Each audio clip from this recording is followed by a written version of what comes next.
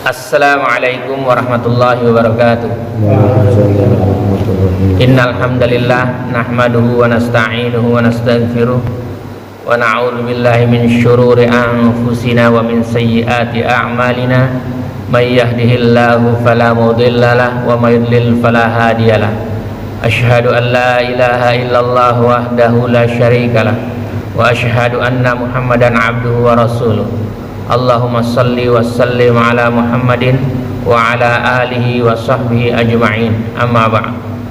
Ya ayyuhalladzina amanu taqullaha haqqa tuqatih wa la tamutunna illa wa antum muslimun. Ya ayyuhan nasu taqu rabbakumul ladzi khalaqakum min nafsin wahidah wa khalaqa minha zawjaha wa batha minhuma rijalan katsiran wa nisaa'a. Wattaqullaha alladzi tasaaluna bihi wal arham innallaha kana 'alaikum raqiba. Ya ayyuhalladzina amanu taqullaha wa qulu qawlan sadida yuslih lakum a'malakum wa yaghfir lakum dzunubakum wa may yuti'illaha wa rasulahu faqad faza fawzan 'azima. Alhamdulillahirabbil alamin. Pagi ini kita masih diberi kesempatan oleh Allah Subhanahu wa taala untuk dapat menunaikan salat subuh secara berjamaah. Kemudian kita lanjutkan dengan mentadaburi ayat-ayatnya dan mengkaji hadis Rasulullah sallallahu alaihi wasallam yang hanya kepadanya lah kita berharap ridha-Nya agar kita dan keluarga kita dijadikan oleh Allah Subhanahu wa taala ahlul Quran dan ahlul jannah. Salawat serta salam semoga tercurah kepada Rasulullah sallallahu alaihi wasallam, Muhammad bin Abdullah beserta keluarganya, para sahabatnya serta pengikutnya yang senantiasa menegakkan sunnah-sunnah Rasulullah sallallahu alaihi wasallam hingga akhir kiamat kelak. Mari sama-sama kita buka dengan bacaan basmalah. Bismillahirrahmanirrahim. Pagi ini kita mau belajar tentang nataijul ibadah. Apa itu tentang nataijul ibadah? Buah dari ibadah itu sendiri. Jadi kalau orang ibadah ada hasilnya, ada buahnya. Tapi kalau dia beribadah nggak ada hasilnya, berarti ibadahnya ada yang salah nih. Ibadahnya ada yang salah. Kenapa? Karena tujuan ibadah adalah agar manusia bertakwa kepada Allah. Besok kita bahas tentang taijut takwa, buah takwa. Jadi buah ibadah beda dengan buah takwa. Ada tingkatannya gitu ya.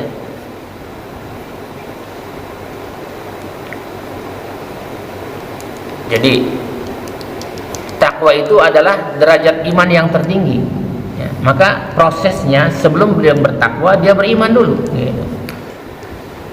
Di mana seseorang menjalankan segala perintahnya dan meninggalkan segala larangannya. Ibadah adalah efektif membentuk pribadi takwa jika ibadah itu benar dan bersih ya.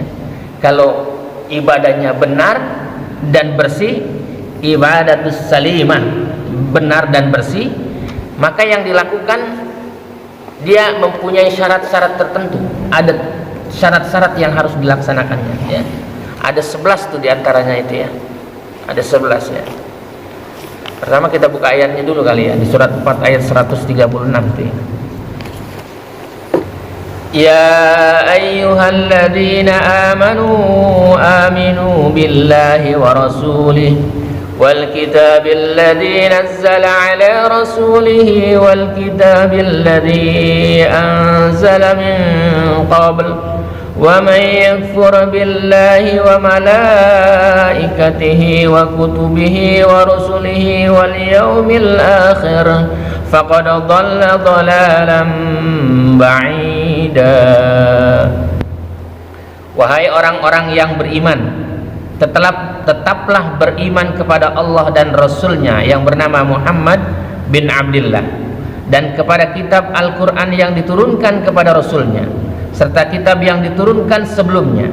Barang siapa ingkar kepada Allah, malaikat-malaikatnya, kitab-kitabnya, rasul-rasulnya dan hari kemudian, maka sungguh orang itu telah tersesat sangat jauh.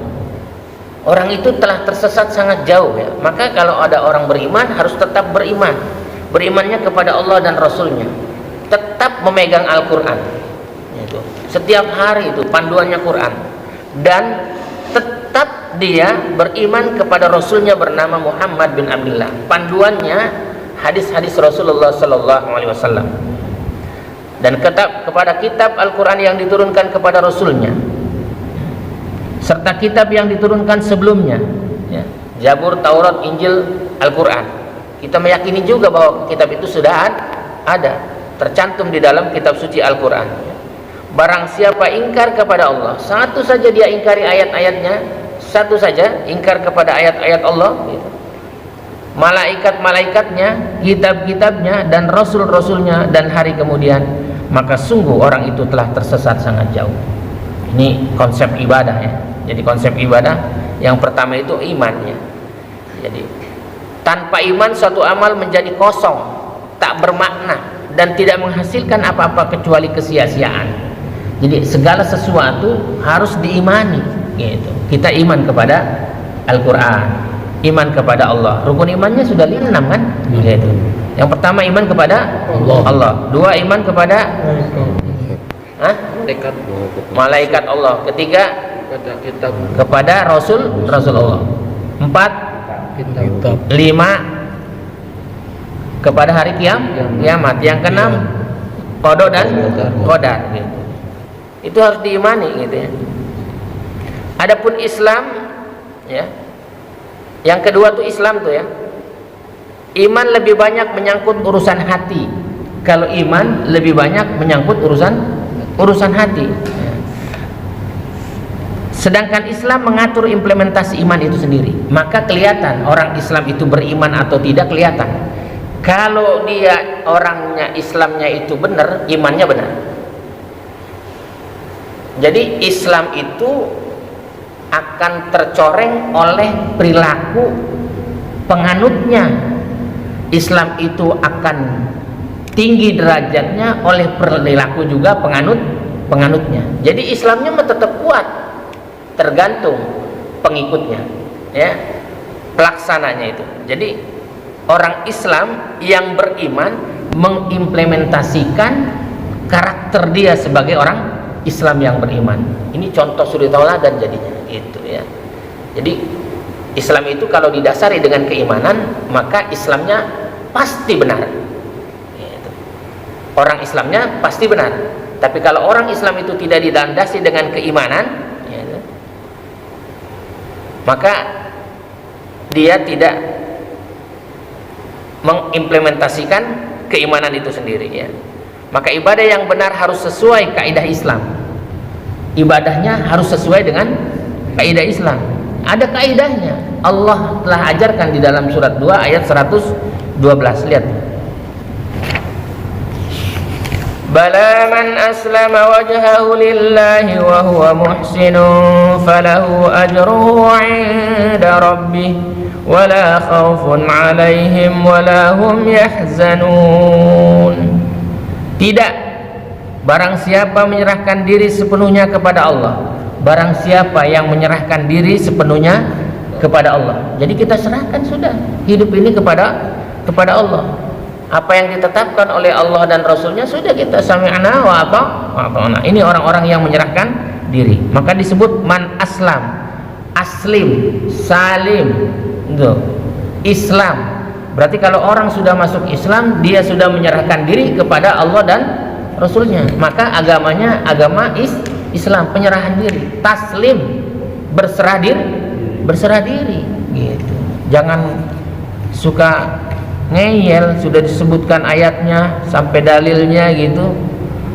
Hadis-hadisnya disebutkan masih ngeyel juga. Ini kamu Islam beneran apa bohongan, gitu. Barang siapa menyerahkan diri sepenuhnya kepada Allah dan dia berbuat baik, gitu, dia mendapat pahala di sisi Tuhannya dan tidak ada rasa takut pada mereka dan mereka tidak bersedih hati. Orang yang sudah menyerahkan diri, dia akan mendapatkan buah, tidak ada rasa takut dan tidak bersedih hati. Nggak sedih. Ini siapa yang sakit, siapa yang sedih, gitu. Lagu lagi aja, gitu, ya kan? Kita mah nggak ada sedih-sedihnya, nggak ada, gitu. Mau sih kita kena musibah atau kita dalam keadaan senang, biasa-biasa saja, gitu. Tanda-tanda orang yang beriman itu, ya. Beda kalau nggak beriman itu. Iman, Islam, terus apa lagi? Ihsan. Ya. Ihsan adalah keyakinan hati saat beribadah seolah-olah melihat Allah, atau setidaknya yakin Allah melihatnya, ya. Bagaimana? An ta'budullah ka'annaka tara fa illam yara tara fa innahu yara. Itu ihsan itu. Jadi beribadah seolah-olah engkau melihat Allah. Kalau kamu tidak mampu melihat Allah, dan pasti belum mampu melihat Allah, karena melihat Allah nanti adanya di surga, gitu. Di dunia nggak mungkin, Nabi Musa aja nggak sanggup, gitu, ya. Maka setidak-tidaknya kamu merasa dilihat oleh Allah, gitu, diawasin. Sama kalau di satu gedung ada CCTV, kita juga nggak mau nyuri, gitu ya. Begitu juga di dunia, Allah maha melihat, gitu. Maka taatnya betul-betul dia, ya. Taatnya itu di surat 16 ayat 97 itu, ya. Coba lihat. Man 'amila salihan min dzakarin aw untha wa huwa mu'minun falanuhyiyannahu hayatan thayyibah wa lanajziyannahum ajrahum bi ahsani ma kanu ya'malun. Barang siapa mengerjakan kebajikan, baik laki-laki maupun perempuan, Allah menunjukkan keadilannya di ayat ini juga, ya, agar mereka berpikir bahwa Allah itu maha adil, baik laki-laki maupun perempuan. Jadi nggak boleh lagi ada orang bilang Allah nggak adil terhadap perempuan, Allah nggak adil terhadap laki-laki. Nggak ada. Allah adil terhadap laki-laki dan perempuan, disebutkan di ayat ini. Barang siapa mengerjakan kebajikan, baik laki-laki maupun perempuan, dalam keadaan dia beriman. Beda kalau dia nggak beriman, ya. Oh, itu si kafir korban katanya, ya. Dia berbuat kebajikan tapi dia beriman nggak? Enggak. Maka pasti akan kami berikan kepadanya kehidupan yang baik. Orang yang berbuat kebajikan dipastikan ketika dia dalam keadaan beriman, dipastikan oleh Allah dia akan menjalani kehidupannya baik. Kalau orang baik pasti kaya. Orang kaya belum tentu baik, gitu. Maka beruntunglah orang-orang yang menjalani kehidupan dengan baik, dan akan kami beri balasan dengan pahala yang lebih baik dari apa yang telah mereka kerjakan. Pahalanya dilipat gandakan. Itu keuntungannya orang-orang yang beriman dan dia berbuat baik. Jadi jangan dicontoh orang yang kafir berbuat baik. Biarin aja kafir, dia mah yang penting baik. Mana ada orang kafir baik? Yang ada orang beriman, baik laki-laki maupun perempuan, dia berbuat baik, gitu. Kalau dia sudah ada keimanan, ya, itu di dalam iman, kemudian dia Islam, kemudian dia ihsan, kemudian dilanjutkan dengan ikhbar, dengan ketundukan, itu hati yang mengaku kebesaran Allah dan keagungan ayat-ayatnya. Allah itu maha besar, Allahu Akbar. Maka di depannya firman-firman Allah, di depan kita nih ayat-ayat Allah, firman-firman Allah, Al-Quran. Itu keagungan yang besar, di depan kita agung, makanya kita tunduk kepada Allah. Maka siapa saja orang yang selalu berhadapan dengan Al-Quran, dia tunduk kepada Allah. Ini enggak satu hari dia enggak buka Quran, ya. Kalau kita tidak buka Quran satu hari saja, kemarin tidak buka Quran, maka menangislah hari ini. Jadi harus tunduk dengan Quran, ya. Itu di surat 9 ayat 112. التائبون العابدون الحامدون السائحون الراكعون الساجدون الآمرون بالمعروف والناهون عن المنكر والحافظون لحدود الله وبشر المؤمنين. Mereka itu adalah orang-orang yang bertobat. Kenapa? Dia tunduk di hadapan Quran, dia tunduk, ya. Mereka itulah orang-orang yang bertobat, beribadah dia. Maka iya ilaika minal kitabi wa aqimis shalah. Baca tuh kitab Al-Quran, ya, yang telah diwahyukan kepadamu Muhammad. Baru dirikan salat. Inna sholata tanha 'anil fahsya wal munkar. Sesungguhnya salat itu dapat mencegah perbuatan keji dan mungkar. Buah dari salat yang benar dipastikan dia dapat mencegah dirinya berbuat keji dan mungkar. Tapi kalau dia sholat juga, berbuat keji juga, berbuat mungkar juga, berarti sholatnya ada yang salah. Sholatnya ada yang salah, nggak dapatkan buah.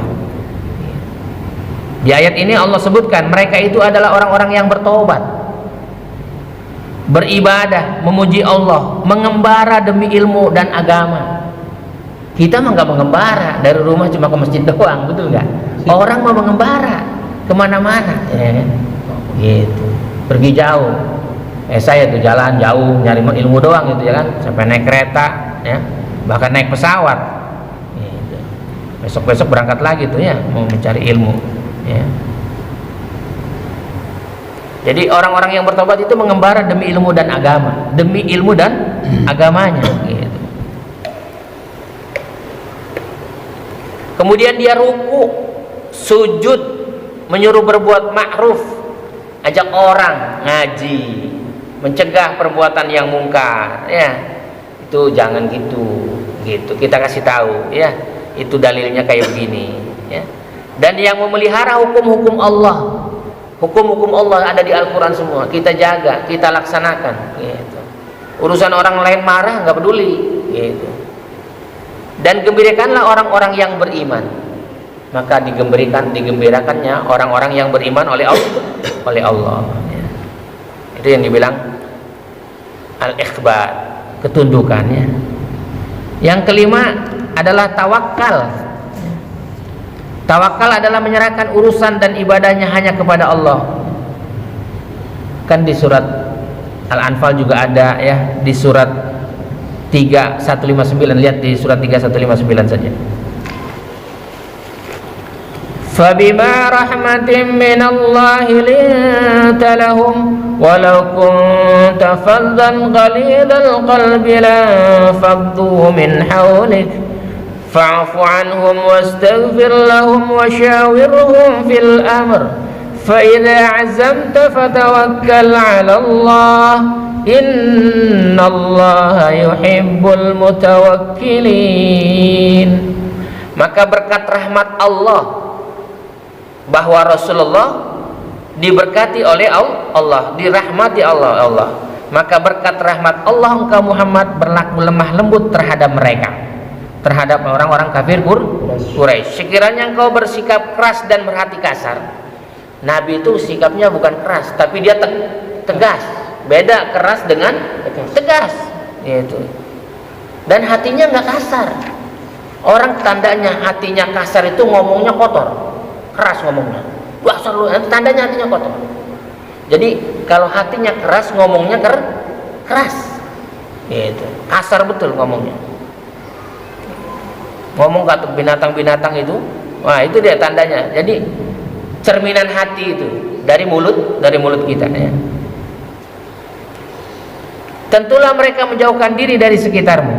Karena itu maafkanlah mereka dan mohonlah ampunan untuk mereka. Dan bermusyawarahlah dengan mereka dalam urusan itu. Ya.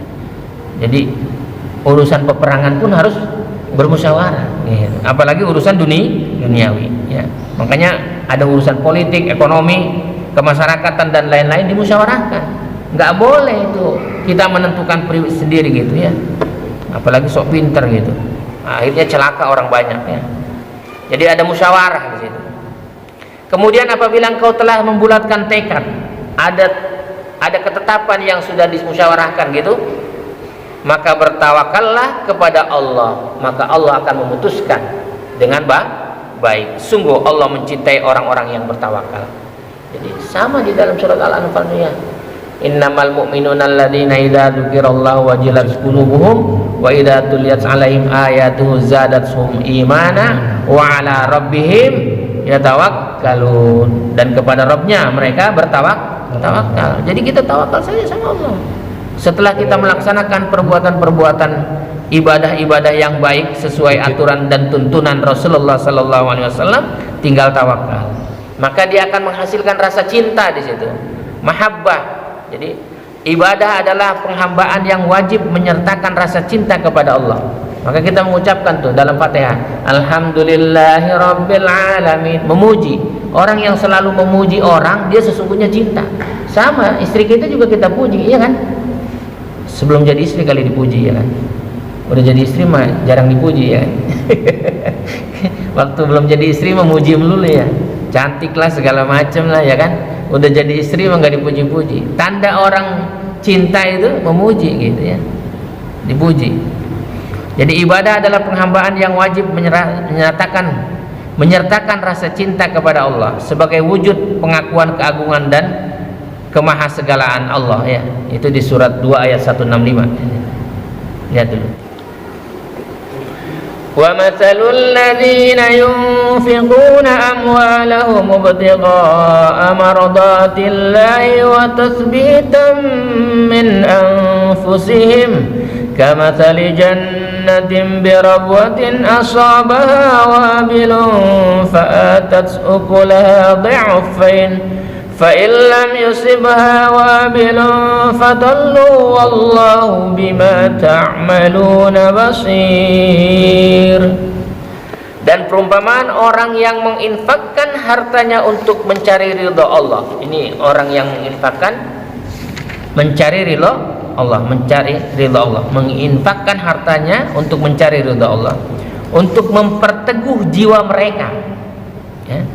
Seperti sebuah kebun yang terletak di dataran tinggi yang disiram oleh hujan lebat.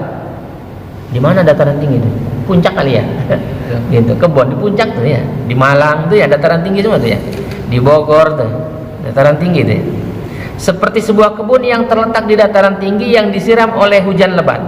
Maka kebun itu akan menghasilkan buah-buahan 2 kali lipat. Begitu juga kita. Ketika kita menginfakkan hartanya untuk mencari ridha Allah dan memperteguh jiwa, kita akan mendapatkan 2 kali lipat. Jika hujan lebat tidak menyiraminya, kalaupun hujan lebat tidak menyiraminya, maka embun pun memadai, gitu. Sekalipun hujannya nggak ada, gitu kan? Di puncak ada embun nggak? Ada. Bahkan wudhu bisa tuh pakai air embun kali, ya, gitu, saking banyaknya. Padahal nggak hujan. Kan setiap pagi kalau di puncak itu ada embunnya. Begitu, dapat siraman itu. Ini tanda-tandanya tuh orang yang memang betul-betul ibadahnya dengan rasa cinta. Jika hujan lebat tidak menyiraminya, maka embun pun memadai. Allah Maha melihat apa yang kamu kerjakan. Itu orang yang beribadah dengan rasa cinta. Setelah ada rasa cinta, di situ ada roja, harapan, gitu. Cinta ada roja, harapan. Ketergantungan yang sangat agar Allah sudi menerima segala amal ibadahnya. Ini ketergantungan kita kepada Allah agar Allah menerima apa yang kita kerjakan, gitu, ya. Roja itu di surat 2 ayat 218. Innal ladzina amanu wal ladzina hajaru wa jahadu fi sabilillah ulaika yarjuna rahmatallahi wallahu ghafurur rahim. Sesungguhnya orang-orang yang beriman, tadi dia iman diaplikasikan dalam keislamannya, ya. Dan orang-orang yang berhijrah minal dzulumati ilan nur, karena dulu hijrahnya minal Makkah ilal Madinah, ya. Udah nggak ada lagi tuh hijrah tuh yang dari Makkah ke Madinah, ya. Hanya orang-orang yang umroh saja dari Makkah ke Madinah, ya, mau berziarah ke makam Rasulullah. Tapi sekarang udah nggak ada. Yang ada minal dzulumati ilan nur. Kita kembali mempelajari Al-Qur'an, mempelajari hadis-hadis Nabi dengan panduan para ulama salaf, ya. Nah, dan imam-imam madhab sudah mengajarkan tuh, ya, bagaimana cara mempelajari Al-Quran, mulai dari Imam Malik, Imam Abu Hanifah, ya, Imam Syafi'i, Imam Ahmad, Imam Tirmidzi, Imam Bukhari, Imam Muslim, itu imam-imam semua itu kan. Kita tahu dari mereka tuh, ya, catatan-catatan mereka, tulisan-tulisan mereka, ya kan. Kita belajar dari siapa? Ya dari para ulama itu, ya. Ini siapa yang nulis Al-Quran kalau bukan para ulama, ya kan? Siapa yang menulis hadis-hadis Nabi? Kita tahu hadis Nabi itu diriwayatkan oleh Imam Bukhari, Ya, itu kan ulama Imam Bukhari itu ya. Gitu ya. Jadi kalau dibilangin kamu nggak belajar sama ulama, bagaimana bisa kita nggak belajar dari ulama? Siapa yang bisa ngajarin kita kalau bukan dari ulama? Jadi ulama itu yang mengajarkan kita. Gitu, ya. Melalui ulama lah kita tahu ya adanya ayat Allah, adanya hadis Rasulullah gitu. Itu ya mudah-mudahan para ulama kita doakan ya kan mendapatkan rahmat yang besar di sisi Allah Subhanahu wa taala dengan apa yang telah mereka perjuangkan untuk umat Islam ya. Berhijrah dan berjihad di jalan Allah.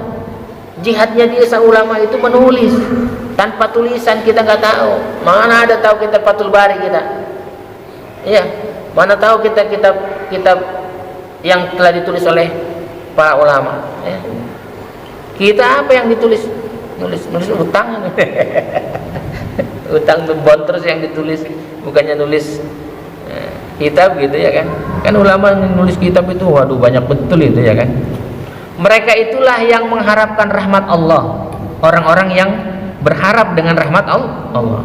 Allah Maha Pengampun, Maha Penyayang. Karena dengan rahmatnya Allah masukkan kita ke dalam surganya. Itu berkaitan dengan di surat Al-Kahfi yang semalam kita baca tuh ya.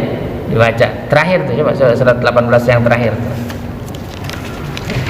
Qul innama ana basyarum mithlukum yuha ilayya annama ilahukum ilahu wahid faman kana yarju liqa'a rabbih faly'amal 'amalan salihan wa la yusyrik bi'ibadati rabbih ahada.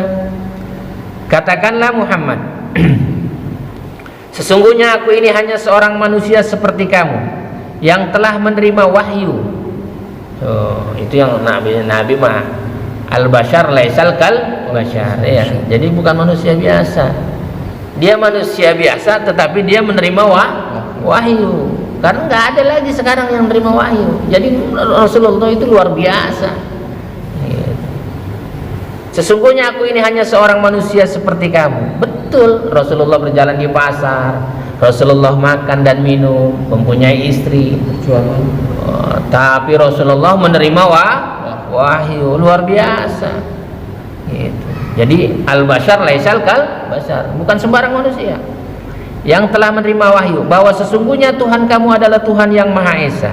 Maka barang siapa mengharap pertemuan dengan Tuhannya, maka hendaklah dia mengerjakan kebajikan. Kalau berharap bertemu dengan Allah, nanti bertemunya di surga, maka dia mengerjakan kebajikan. Dan janganlah dia mempersekutukan dengan sesuatu pun dalam beribadah kepada Tuhannya. Jadi setan itu mengganggu orang beribadah itu agar menyekutukan Allah. Ditambah-tambahin tuh ibadahnya ya kan. Aduh. Sholatnya aneh-aneh gitu ya kan. Sholat sudah diajarkan, dalilnya sudah jelas ya. Ada hadisnya, ada contohnya, nggak usah. Udah bilangin takbir mah ala mangkibai Allahu Akbar wa al yumna ala yusra ala sadri, meletakkan tangan kanan di atas tangan kiri di atas dadanya. Dia bikin lagi Allahu Akbar, tangan kanan dulu diputar begini baru begini. Siapa yang ngajarin itu? Makanya kalau punya imam jangan imam yang aneh-aneh ya. Gitu. Belajar betul ya. Jangan diplesetkan ya. Itu pemelesetan lagi. Ya. Suruh taruh di dadanya, dia taruh di sini. Kenapa kamu sholatnya begini? Dulu zaman Nabi pegang pedang. Ngarang-ngarang aja kamu. Itu ya. Kemudian yang ke-8, rasa khauf, takut itu ya, takut, perasaan khawatir dari segala ancaman siksa Allah dan juga dari ditolaknya ibadah. Allah punya ancaman di dalam Al-Quran dan Allah mengancam ditolak ibadahnya. Rasul juga mengancam ditolak ibadahnya. Bila amalan falaysa min amruna, tanpa ada perintah dariku maka dia tertolak. Gitu, tertolak. Itu Nabi yang bilang. Gitu. Bahkan Allah sendiri di surat 76 ayat 7. Coba lihat. yufuna bin nadri wa yakhafuna yawman kana syarruhu mustatira. Mereka memenuhi nazar, berniat dan berjanji akan melaksanakan sesuatu yang dikaitkan dengan sesuatu yang diharapkan.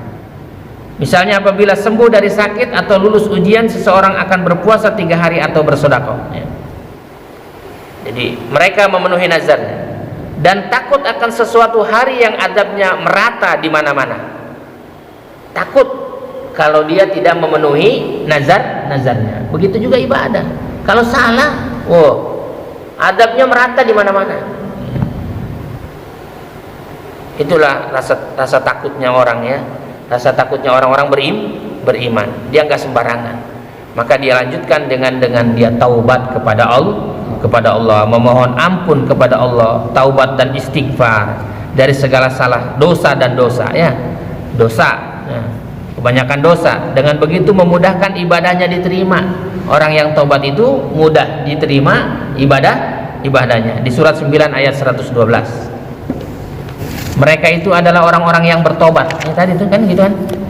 Beribadah memuji Allah, mengembara demi ilmu dan agama, ruku sujud, menyuruh berbuat ma'ruf dan mencegah dari yang mungkar, dan yang memelihara hukum-hukum Allah, dan gembirakanlah orang-orang yang beriman. Itu tadi kan kita baca itu, ya, bahwa orang-orang yang bertobat itu, ya, mudah.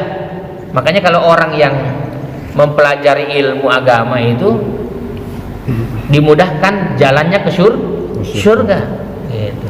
Mudah-mudahan kita istiqomah terus, ya, mempelajari agama, ya, sampai nanti akhir kiamat kelak, sampai hari hayat kita selesai, ya. Semoga Allah memudahkan kita jalan menuju surga.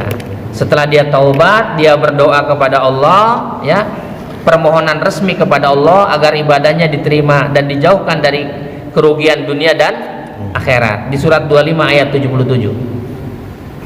Qul ma ya'ba'u bikum rabbi laula du'aukum faqad kadzdzabtum fasawfa yakunu lizama. Katakanlah Muhammad kepada orang-orang yang musyrik, Tuhanku tidak akan mengindahkan kamu kalau tidak karena ibadahmu, tetapi bagaimana kamu beribadah kepadanya padahal sungguh kamu telah mendustakannya. Karena itu kelak adab pasti menimpamu. Orang musyrik juga ibadah nggak orang musyrik? Ibadah, ya. Jadi kalau kamu ibadahnya seperti orang-orang musyrik, tetap kelak adab pasti menimpamu. Maka kita jangan beribadah seperti orang-orang musyrik. Itu ikuti saja petunjuknya, ya, petunjuk dari Allah dan Rasulnya melalui para ulama, gitu. Ini enggak ngarang-ngarang kau ibadahnya, ya. Yang terakhir, khusyuk, ya. Khusyuk, kondisi hati yang tenang dan penuh konsentrasi di saat beribadah kepada Allah. Makanya jangan tergesa-gesa kalau mau sholat, juga tergesa-gesa. Sholatnya buru-buru lagi, aduh, ya. Tenang. Di surat 2 ayat 45 dan 46. Wasta'inu bis-sabri was-salah wa innaha lakabiratun illa 'alal khashi'in. Dan mohonlah pertolongan kepada Allah dengan sabar dan salat, dan salat itu sungguh berat kecuali bagi orang-orang yang khusyuk. Siapa dia orang yang khusyuk? Alladzina yadhunnuna annahum mulaqu rabbihim wa annahum ilaihi raji'un. Yaitu mereka yang yakin bahwa mereka akan menemui Rabbnya dan bahwa mereka akan kembali kepadanya. Dia yakin akan bertemu dengan Allah di surga dan akan kembali. Makanya orang itu tenang, khusyuk. Mudah-mudahan kita termasuk orang-orang yang digolongkan oleh Allah, orang-orang yang khusyuk dan tenang dalam beribadah kepada Allah, dan Allah berikan keberkahan kepada kita dan keluarga kita, sehingga Allah masukkan kita dan keluarga kita ke dalam surga Aden yang mengalir di bawahnya sungai-sungai, dan dapat melihat Allah nanti di surga kelak. Subhanakallahumma rabbana wa bihamdika asyhadu an la ilaha illa anta astaghfiruka wa atubu ilaik.